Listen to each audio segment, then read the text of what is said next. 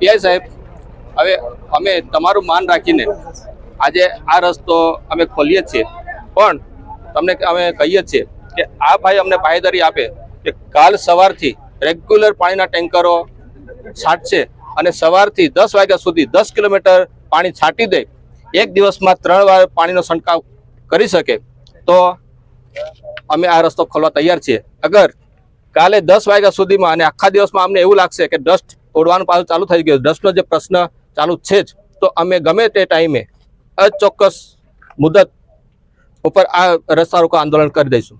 અચોક્કસ ને કોઈ પણ ટાઈમ નહીં, ડસ્ટ ઉડશે એટલે અમે ગાડીઓ રોકી દઈશું સાહેબ. જય હિન્દ. તમે શું કહો છો? આપો છો બાંહેધરી? જો અમારે કામ પાણી છોટાવવાનું બરાબર, કાલ તમે કીધું એ પ્રમાણે તમારે ડસ્ટનો પ્રશ્ન અમે ઉકેલી દઈશું બરાબર કાલ સુધીમાં, એટલે કાલ તમારે પ્રોબ્લેમ નહીં રહે. 10 કિલોમીટર સુધી 10 કિલોમીટર છાંટી દઈશું. રસ્તો કોણ બનાવશે? તમારું કામ ખાલી પાણી છાંટવાનું ત્યારે. રસ્તો જો વર્ક ઓર્ડર આપણે ચાલુ છે પ્રોસેસમાં, વર્ક ઓર્ડર મળશે એટલે એજન્સી કામગીરી ચાલુ કરવાની છે અને આજે તમારું સમસ્યાનો વહેલા તક નિરાકરણ આવી જશે. રાજપારડી થી ક્યાં સુધી દિવસમાં કેટલી વાર પાણી છાંટશો એ મીડિયા સમક્ષ બોલજો. તમારા મોઢે પાણી છાંટવાની પ્રોસેસ છે બરાબર, એ તો 10 એટલે પાછી પાણી છાંટવાના જ છે અમે લોકો. ના તમે તમારી રીતે કહો, કેટલા દિવસ કેટલા ટાઈમે કઈ સુધી ને દિવસમાં કેટલી વાર તમે પાણી છાંટશો તે કહો.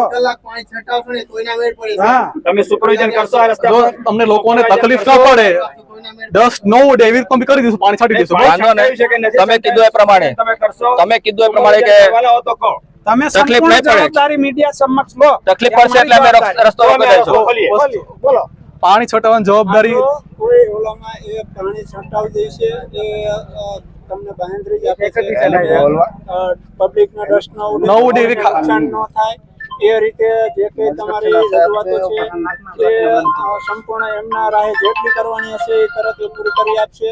અમારા તરફે પણ અમારે જે કંઈ કાર્યવાહી કરવાની છે, હું પર્સનલ તમને બાંહેધરી આપું છું કે કોઈ ઓવર સ્પીડિંગ હશે કે બીજા કોઈ ટ્રાફિકના રૂલ્સના ભંગ કરતા હશે તો એના ઉપર કાર્યવાહી કરશું. અને બીજું કે કોઈ ઓવરલોડ વાળા ને એવા કોઈ હશે તો એના માટે આપણે ખાણ ખનીજને સાથે રાખીને એની કાર્યવાહી કરી આપશું. આપણે તમારા અંદર કદાચ આવે કે ના આવે સાહેબ, જો એક તો ઓવરલોડ બરાબર છે, ઓવર સ્પીડિંગ બરાબર છે, ને બીજું કે આ જે એલઈડી લાઈટો ને આ મોટા મોટા હાઈવાના કાળા કાચોની શું જરૂર?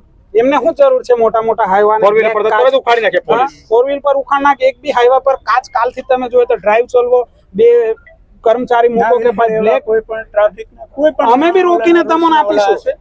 તો તમ તારે અમે એના માટે જ અહીંયા સ્પેશિયલ રાખી દઈશું માણસોને અંતે, અને એના વિરુદ્ધ કાયદેસરની કાર્યવાહી કરવા માટે અમે રાખી દઈશું. આ સાહેબ કે છે એ પ્રમાણે અમે જે ઓવરલોડિંગ નો ને જે ઓવર સ્પીડ નો ને જે આ 2 નંબરની ગાડીઓનો મુદ્દો હતો એ અમે આવેદનમાં પણ આપ્યો છે, અને આજે સાહેબને પણ અમે રૂબરૂ રજૂઆત કરી છે આપની સમક્ષ.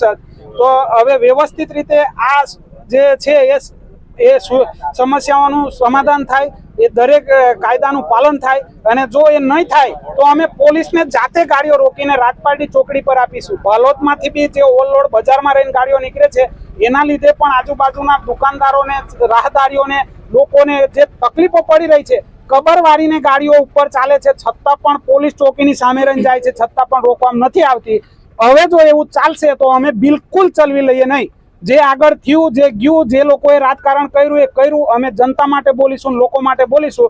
રાજપારડી ચોકડી પર અમે સતત વોચ રાખીશું. જે પણ ગાડી આવી રીતે જતી દેખાશે અમે એને પકડીને આપણે રાઠોડ સાહેબને જાણ કરીને બોલાવીશું. રાઠોડ સાહેબ એની ઉપર કાર્યવાહી કરે.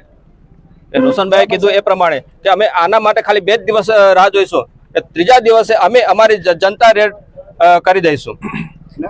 આની બી જવાબદારી મકાન વિભાગના જે પણ અત્યારે અધિકારી આવેલા છે એ બધી જવાબદારી વગરની વાત કરી રહેલા છે. એ કોઈ બાંહેધરી લેવા કે બાંહેધરી આપવા તૈયાર નથી, અને ખાલી એક લોલીપોપ આપી રહેલા છે. એ કોઈ ટેન્કરો માટે પાણી સ્પ્રિંકલિંગ માટે પણ જે વાત કરી રહેલા છે એ અમે ધ્યાન રાખીશું, અમે કરાવીશું એવી વાતો કરે છે. અમે પૂછીએ છીએ કે કેટલી વાર છંટાવશે, સુપરવિઝન કરશે કે નહીં, એનો એમની પાસે કોઈ જવાબ નથી. બીજું કે આ રસ્તાનું ક્યારે પેચવર્ક ચાલુ કરવામાં આવશે એનો પણ એમની પાસે કોઈ જવાબ નથી. બરાબર, એવું કહે છે કે રસ્તાનું કામ મળી ગયું છે, ટેન્ડર થઈ ગયું છે, પણ વર્ક ઓર્ડર નથી. પણ વર્ક ઓર્ડર ક્યારે આપશો તો એની પણ એમની પાસે કોઈ જવાબ નથી. એટલે આ ખાલી પબ્લિકને એક ગેરમાર્ગે દોરવાનું આ કામગીરી મકાન વિભાગના અધિકારી કરી રહેલા છે. અમને એમના જવાબોથી અમને સંતોષ નથી. છતાં પણ પોલીસ સાથે છે, પોલીસનો પીઆઈ સાહેબનો અમે માનીએ છીએ અને રસ્તો ખુલ્લો કરીએ છીએ, પણ અમે એ પણ સાથે સાથે કહેવા માંગીએ છીએ કાલે જો ફરીથી ડસ્ટ ઉડશે અને ગમે ત્યારે ડસ્ટ ઉડશે, અમે કોઈ પણ પ્રશાસનને કોઈ વિનંતી કરવા જવાના નથી કે કોઈ જાણકારી કરવાના નથી અને અમે ગમે ત્યારે રસ્તો અમે બંધ કરી દઈશું. એમાં જે પણ જવાબદાર હશે એ સર્વ જવાબદારી એમની રહેશે.